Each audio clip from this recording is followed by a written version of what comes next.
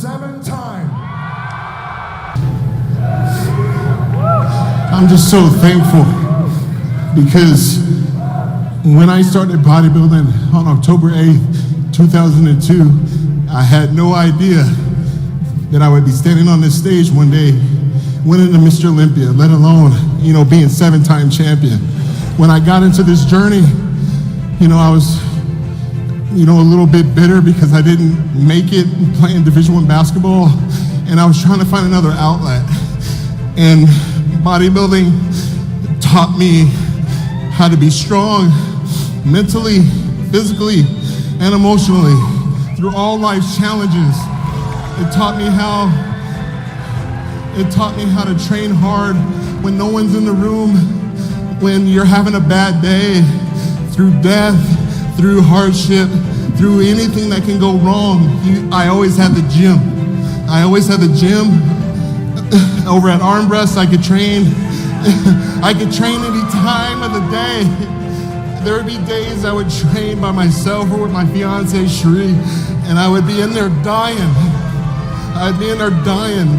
Looking at those pictures in the gym of Schwarzenegger, of Coleman, of Haney, of Dorian, of everybody.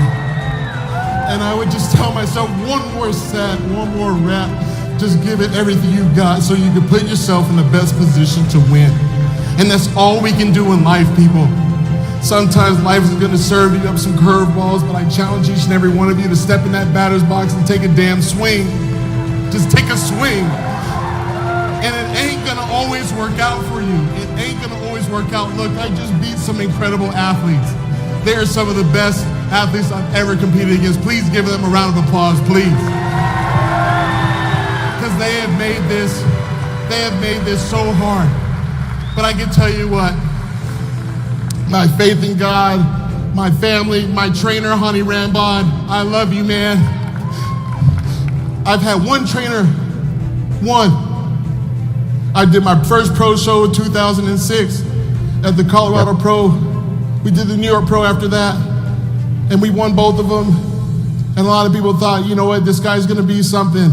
And Honey always told me, Phil, you have to understand something.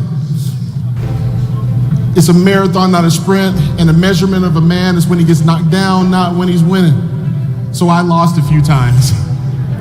And he always reminded me just to keep on going and be the hardest worker in the room, just like what you say. And when people tell you you can't, you don't look at them. You don't need to look at them. You look in the mirror and you ask yourself, do you give it your all? You look at the mirror and you ask yourself, do you have another rep? You ask yourself, can I go to work when I'm pissed off because I'm about to get fired or something bad happened or lost my girlfriend or whatever it is?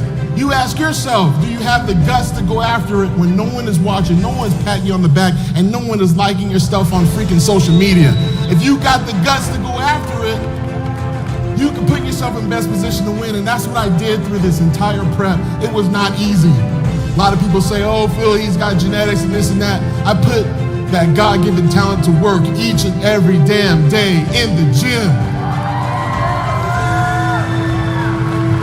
And I'm so thankful. I'm so thankful for the Olympia.